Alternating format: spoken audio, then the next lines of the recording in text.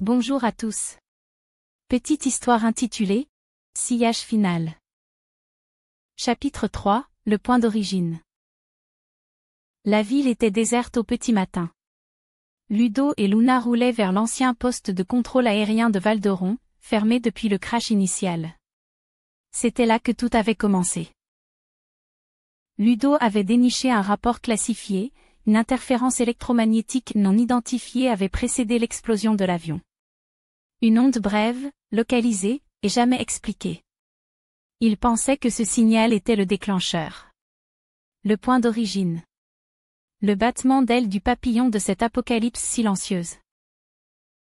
En explorant la tour, ils trouvèrent des câbles arrachés, des dossiers brûlés, et un enregistrement audio.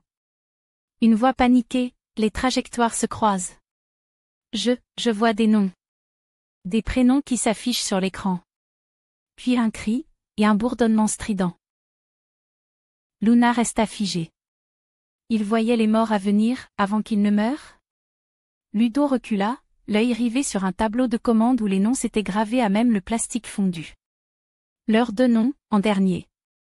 Le sort semblait avoir été gravé dans la matière elle-même. À la sortie, une tempête éclata. Le vent hurlait, les câbles claquaient comme des fouets. Une voiture arriva à vive allure.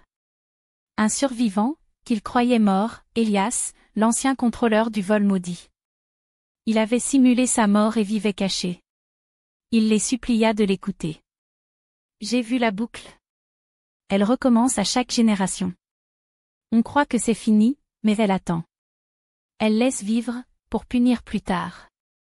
Il tendit une clé USB. Tout est là. Le point de rupture.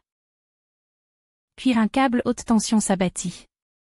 Elias mourut, carbonisé.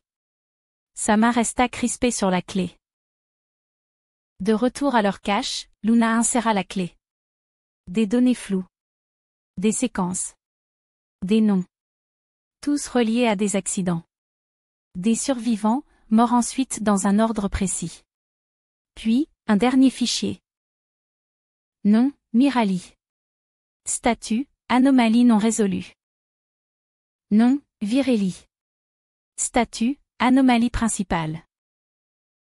Ludo serra les dents. On n'est pas juste dans le viseur, Luna.